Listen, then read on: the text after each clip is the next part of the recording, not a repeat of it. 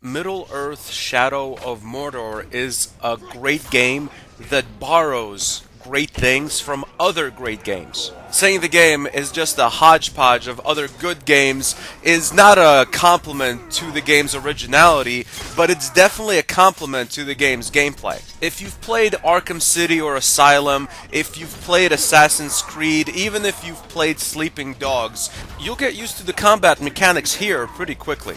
It's all about taking on giant hordes of Sauron's armies.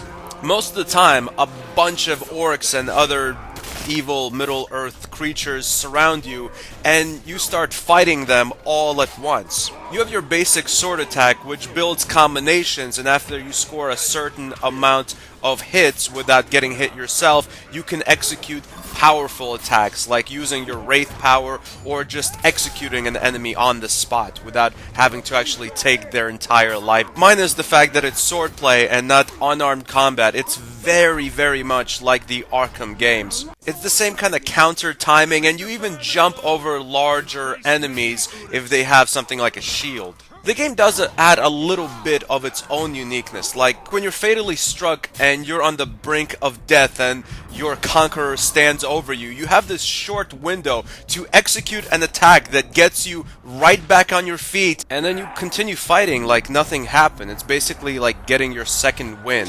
Alternatively to the swordplay, you also have the stealth element where you sneak around and you stab enemies that are not aware of your presence in the back with a dagger.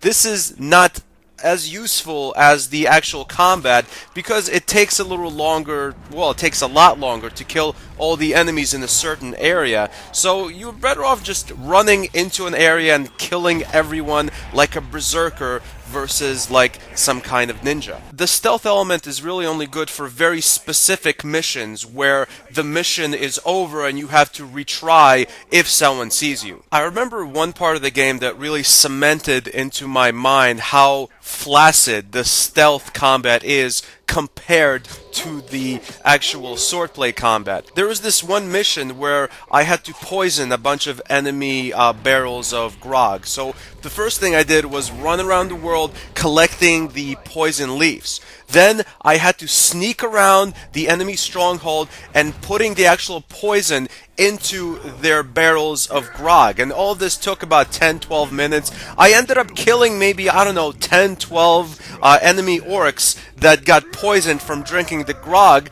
Meanwhile, I could have just run into the stronghold and killed all 12 of those orcs in like 3 or 4 minutes without even trying.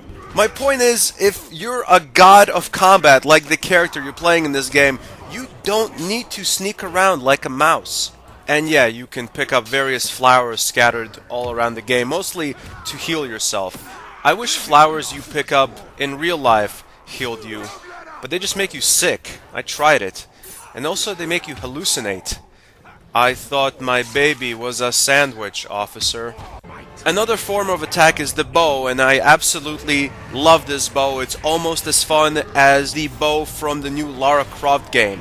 You basically aim and it slows down time for a split second, and you basically have enough time to position the arrow right into an enemy soldier's face. The movement and parkour aspects of this game are heavily borrowed from Assassin's Creed, where you're basically climbing on any wall surface, you're jumping from rooftop to rooftop. It works fairly well, but not as well as some of the newer Assassin's Creed games. While borrowing these great aspects from these great games, the game's story also borrows the mood and feel of the 3 Lord of the Rings movies.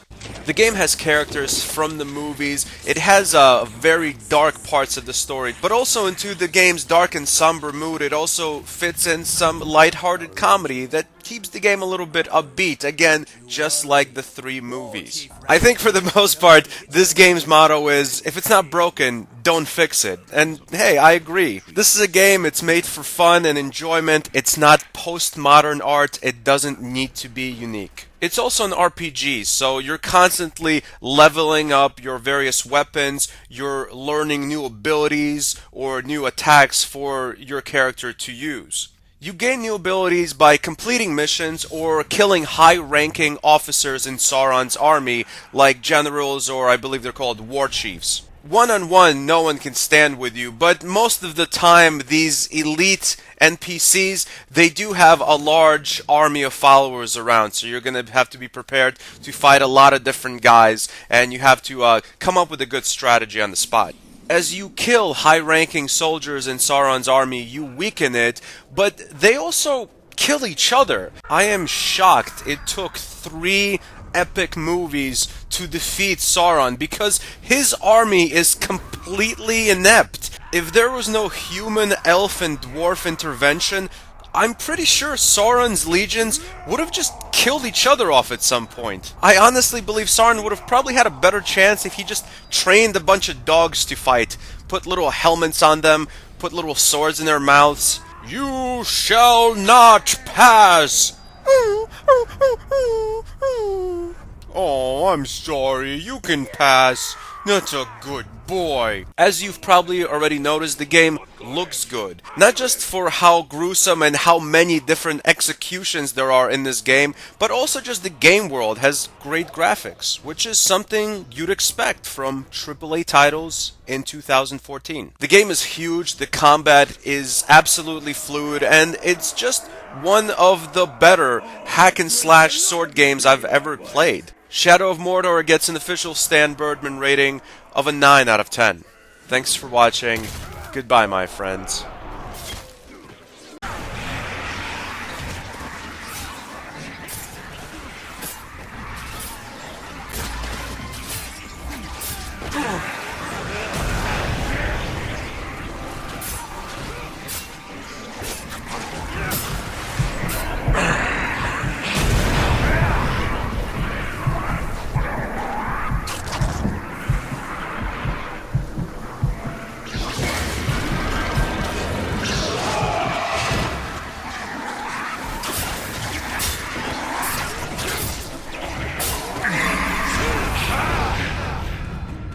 That halfling golem will betray us to the Black Hand the first chance he gets.